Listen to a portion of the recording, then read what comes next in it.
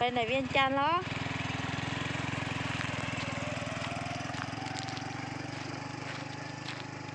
Bên này viên nữa.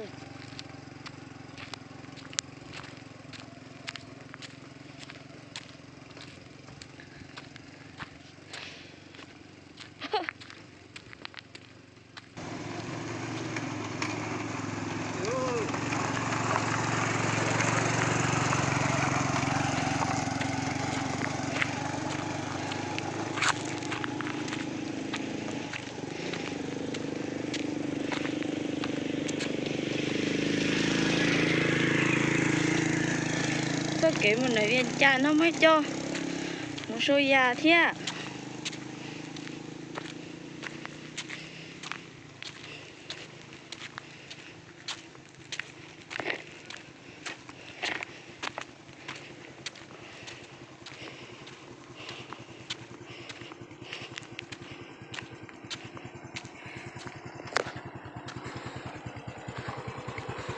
Cái phê thế ạ. Con chả kể một đại viên chan trong nó ngơ.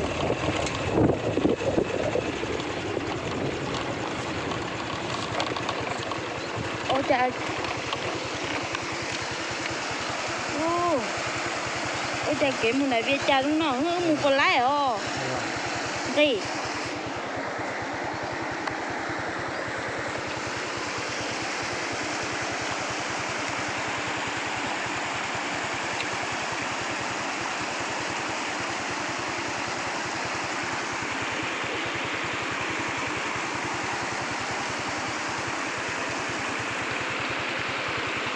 Bên này viên đó. Phải phải to sơ. Ôi, sáng chơi có một này viên đó. Bạn đi đâu?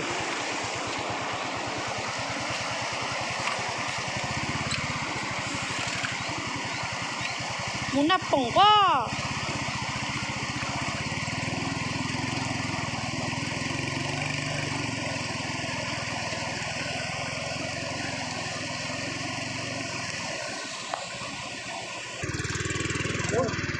Có kéo.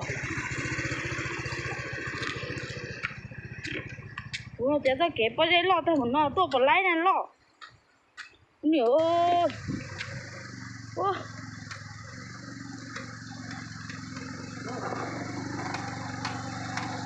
Ủa. Ủa. Ủa. Lâu lâu.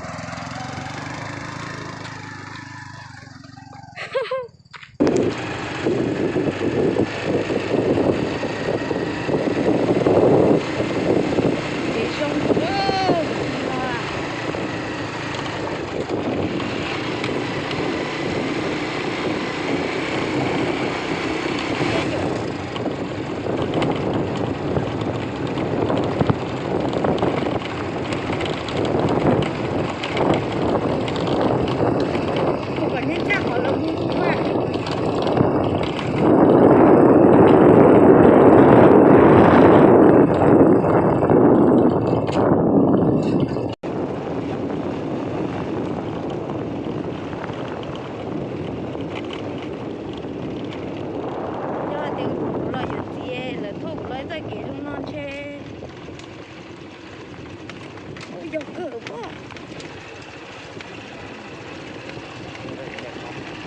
À. Chị vô nè, còn bên dài xin đi hạ đồn đại.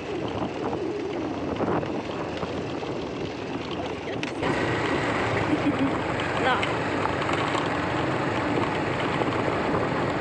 Có xét thôi, có thấy ra cái chiếc luôn á.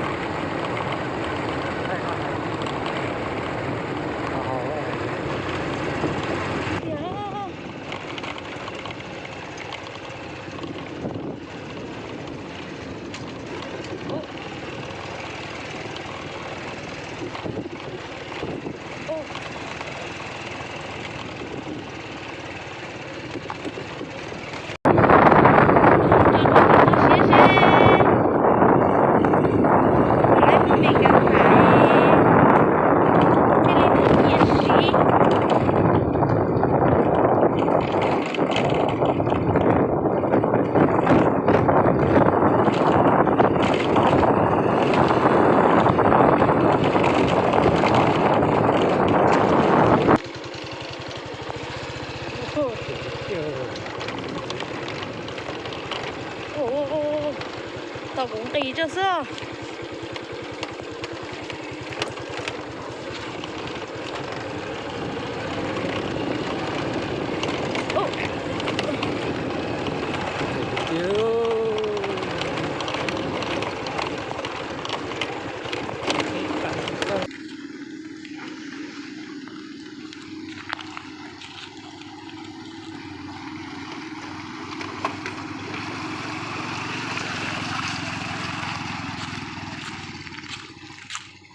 Ủa.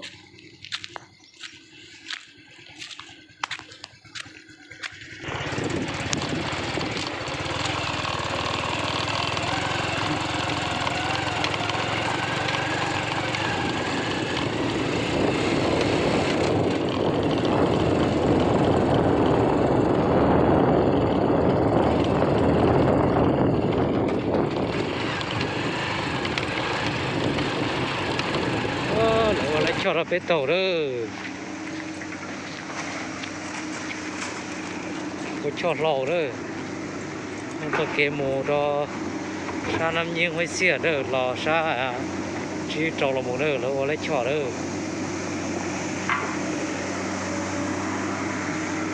lấy tụi nó chè để nó chè là quân trong nó chè lái nữa là quân cái nó đổ ta tỏ cầu nó này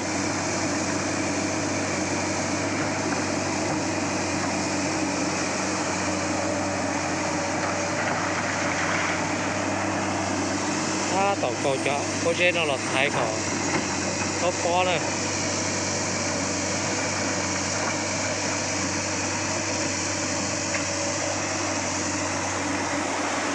cái tàu muốn năm bông nữa tàu có cho rộng nữa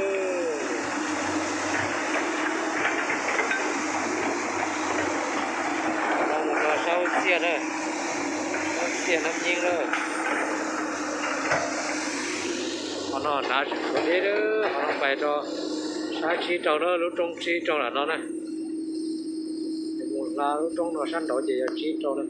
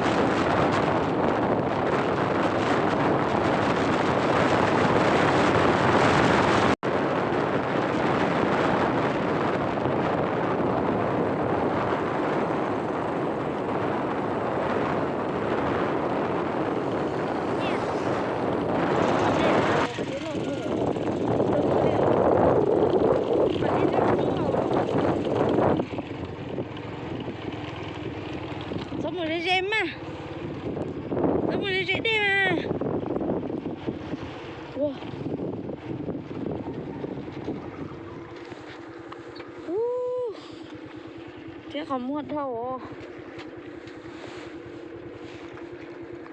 Ủa. Ủa. Ủa. Tôi lùa đây ồ.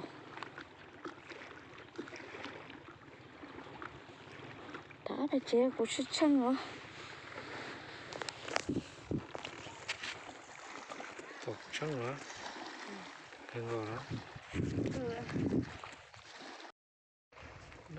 Tộc bắt tàu đó, tộc ta lệ đang ngâm y đó. À đi tàu nhỏ sa chi trò đó, để lo cái tiền đó, plan để có tiền trong cái tiền đó. Có tiền trong mấy lần làm gì đó. nó cho phần nhà to trong theo xí đó trái tê đồ xe đi tôi luôn lấy ít đặc cá sao tụt đó thật thà lệ một xí gặp bắt thứ nó thì nó dễ trong một xí chỉ tôi luôn rồi cái chăng à cái gì cũng mua rồi à